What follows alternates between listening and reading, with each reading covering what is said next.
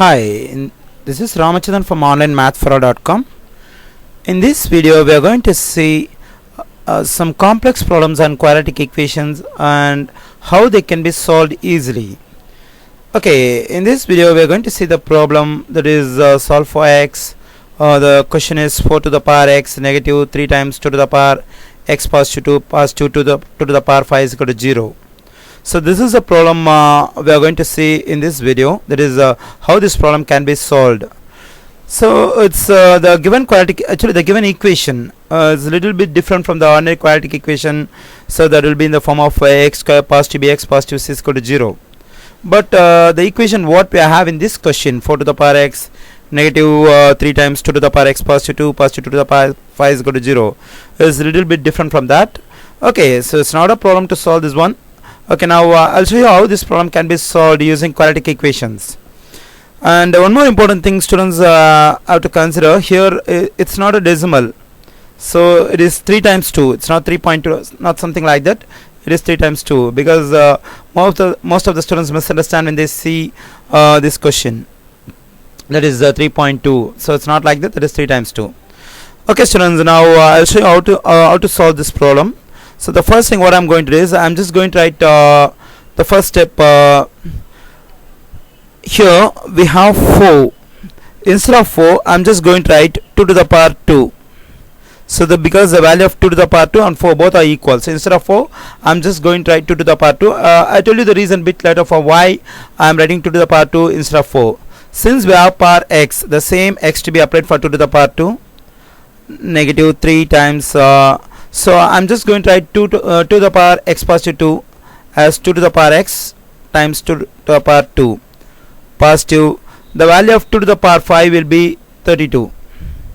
So because to find the value of 2 to the power 5, you just have to write 2 5 times 2 times 2 times 2 times like that. You have to write for 5 times and then you have to multiply all the 5 2's, so you will get 32. And here the students may have a question.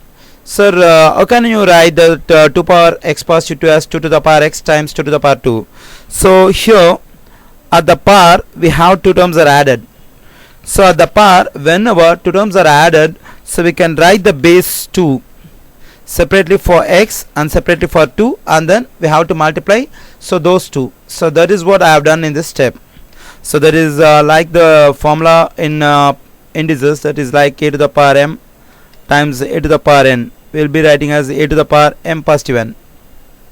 So if you have same base are multiplied, we will be taking only one base and we'll add the powers. So the same thing, I'm just doing it in a reverse way, that is if 2 terms are added at the power, so we have to take base separately for each power and then we have to multiply. So that is what I have done for 2 to the power x positive 2. I hope now the students will be able to understand so how I got the second step. So here in the first term we have 2 to the power 2 to the power x. So we have the base 2 and we have the power. We have 2 powers. The first power is 2, second power is x. So whenever we have 2 powers, that is power to the power, the powers can be interchanged. So there is a rule in indices. So 2 to the power x whole to the power 2 negative 3 times 2 to the power x. The value of 2 to the power will be 2 to the power 2 will be 4. Positive 32 is equal to 0. So the next step will be 2 to the power x to the power 2 negative, so 3 and 4, these two terms are multiplied and they do not have any powers like x or something like that. So since both the terms, I mean both the numbers 3 and 4 do not have any powers, we can multiply them. So 3 times 4 will be 12 times 2 to the power x positive 32 is equal to 0. So here we have 2 to the power x and here we have 2 to the power x. Now we can assume some other new variable for 2 power x. So I need to get 2 power x, the same thing in the entire equation. So that is why I wrote 4 as 2 to the power 2. So when I write 2 to the power 2, it can be changed as 2 to the power x because by interchanging the powers. And already we have 2 to the power x. So when I'm doing things like this, I'll be getting 2 to the power x in the entire equation. Then we can assign some other new variable for 2 to the power x, then it can be solved easily. So that is the reason for why I wrote 4 as 2 to the power 2. Okay students, now what I'm going to do is I'm just going to assign a new variable.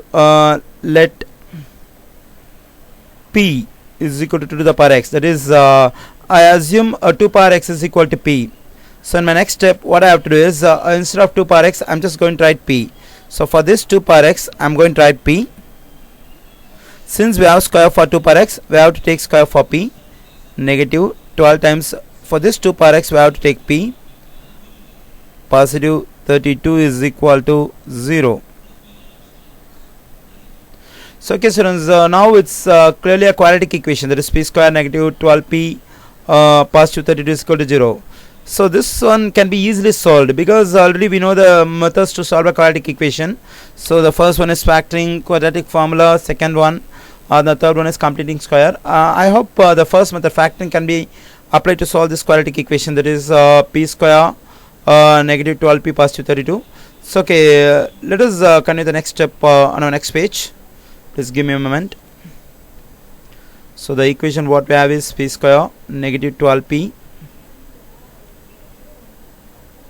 positive 32 is equal to 0. Now I'm just going to factor this one. When I factor positive 32, I'll be getting negative 8, negative 4. I think negative 8 and negative 4 will work for this one, because negative 8 times negative 4 will be positive 32, because 4 is a 32.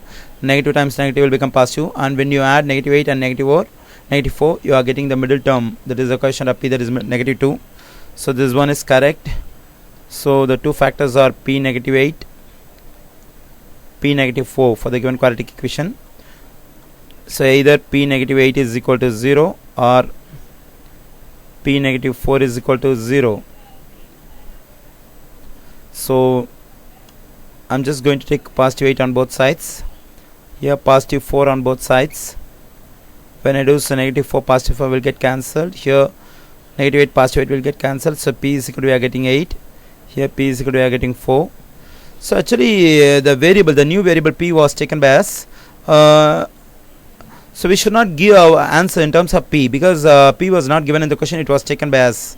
So now this is the time to replace p by the original term, that is 2 to the power x, because that is what for that one only we have assumed p. So here p can be replaced by 2 to the power x is equal to 8, and here instead of p I'm just going to write 2 power x is equal to 4. So in the next step what I'm going to do is 8 can be written, so we should try to write 8 in terms of 2 to the exponent some value. So definitely 8 can be written like 2 to the exponent something, so that will be 2 to the power 3, because the value of 2 to the power 3 will be equal to 8, because 2 times 2 times 2 times 2 will be 4, 4 times 2 will be 8, and the same thing I have to do here. So 4 can be written as 2 to the power 2, because 2 times 2 will be 4. Here these two values are equal, that is 2 power x and 2 power 3 are equal, and we have the same basis. If two values are equal and we have the same basis, then the powers must be equal. So from this one we get x is equal to 3, and here again I say the same thing. So the two values are equal, 2 power x, 2 power 2, and the two terms are same, I mean two bases are same, two terms are equal and two bases are same, then the powers must be equal. So we get x is equal to 2. So we get two values for x, that is x is equal to 3 and x is equal to 2. So these are the two values we get for x. So I hope now the students will be able to understand how this kind of problems can be solved on quadratic equations. Okay students, for more videos like this, please visit www.onlinemathforall.com. Thank you.